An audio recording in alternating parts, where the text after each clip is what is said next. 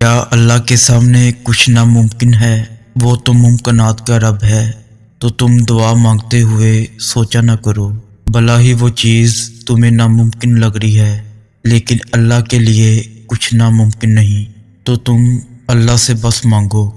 वही मोजज़े करने वाला है, वही अता करने वाला है, वही नामुमकिन को मुमकिन करने वाला है। तो फिर दुआएं मांगते रहो, क्योंकि दुआओं से सब कुछ बदल सकता है। जो तुम नहीं कर सकते वो दुआएं कर सकती हैं।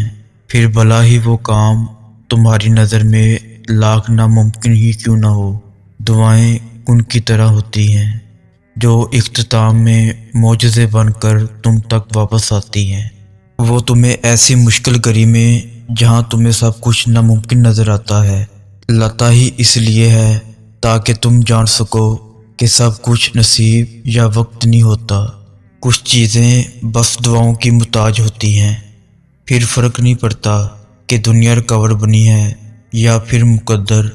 जब दुआ मुखलस दिल से निकलती है तो ये दुआ उसके हक में कबूल कर ली जाती है या उसके दिल को सब्र दे दिया जाता है। दुआ उम्मीद से लेकर मोजज़े तक के सफ़र का नाम है। जब भी दुआ मांगो इस उम्मीद से मांगो कि वो अल्लाह के यहाँ रद्द नहीं होगी।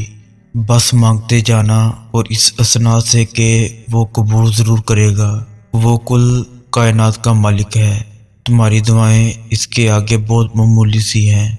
बस वो तो इंतज़ार करता है हमेशा तुम्हारे लौटने का, ताकि तुम लौटो और इसको अपने दुख दर्द बताओ। इससे मुश्किलात का हल मांगो, इससे जिद करो जैसे अपने माँ बाप से करते हो। अल्लाह पाक तो सब समझते हैं, लेकिन कभी आपने इन्हें अपना दर्द बताने की कोशिश की है?